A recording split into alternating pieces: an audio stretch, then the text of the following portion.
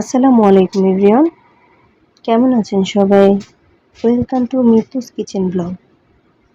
তো আজকে দেখাবো খুব সহজে কিভাবে চিকেন ফ্রাই তৈরি করা যায়। সো চলেন তাহলে শুরু করা যাক। প্রথমে চিকেনগুলো ভালো করে পরিষ্কার করে পানি ঝরিয়ে নেব। খুব ভালো করে পরিষ্কার করতে হবে। তারপর এক এক করে মশলা দিয়ে দেব।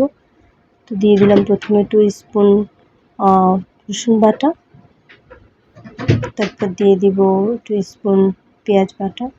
এটা আপনার যার যার পরিমাণ মতো, মাংস যতটুকু সে অনুযায়ী। তারপর দিয়ে দেবো জিরা বাটা, এটার সাথে এলাচ, দারচিনি, গোলমরিচ, লং এগুলো বাটা আছে। তারপরে দিয়ে দেবো আদা বাটা 2 স্পুন চামচ, দিয়ে দেবো টমেটো সস। এর আগে সয়া সস দিয়েছি বাট সেটা স্কিপ হয়ে গেছে। লাল গুঁড়ো মরিচ দিয়েছি, সেটাও স্কিপ হয়ে গেছে।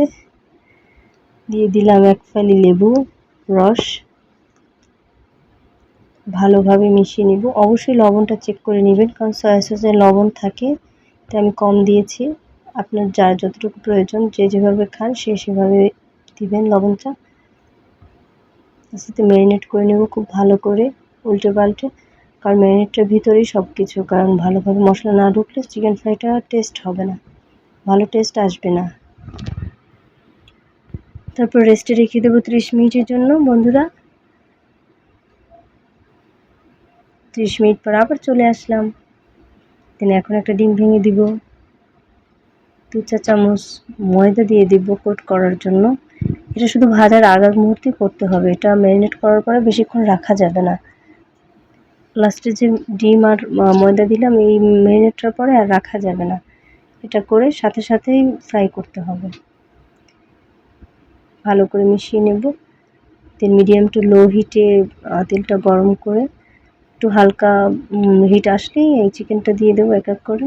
কোটটা ভালো করে করে দেবো, তো মশলাটা বের হয়ে আসবে। এক এক করে দিয়ে দিলাম, আস্তে আস্তে সবগুলো দিয়ে দেবো। আমার বেবি তো অনেক পছন্দ করে বাসার চিকেন ফ্রাই। আমার ছোটো একটা দেবর আছে, একটু কিছু রান্না করলে বলে, ইটু রাধু করো, কি রাধু করো। যাই হোক, ওর কথা একটু বললাম, মনে পড়লো তাই। 10 মিনিটের মতো এভাবে ফ্রাই করতে হবে। 10 মিনিট পরে দেখেন বন্ধুরা কত সুন্দর একটা কালার আসছে।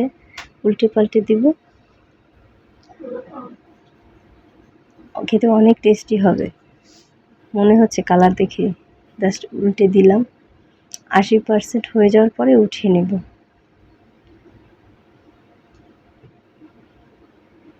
এক এক করে উঠিয়ে নিলাম সবগুলো উঠিয়ে নিলাম। ডাবল ফ্রাই করবো তো, তাই 80% হওয়ার পরে একটু উঠিয়ে নিতে হবে। 4-5 মিনিট একটু রেস্টে রাখবো, ঠান্ডা করব, দেন আবার এটাকে ফ্রাই করব। সো 4 মিনিট পরে আবার চলে আসলাম ফ্রাই করার জন্য। এক এক করে দিয়ে দিলাম সবগুলো। 1 মিনিট পরেই একটা কালার চলে আসবে, খুব সুন্দর একটা কালার। আমার বাসার আমার ছোটো ননদ, ছোটো দেবর, ওরা খুব পছন্দ করে আমার হাতে চিকেন ফ্রাই। তো ওদেরকে বানিয়ে খাওয়াতে খাওয়াতেই শিখে ফেলেছি। জাস্ট দেখেন।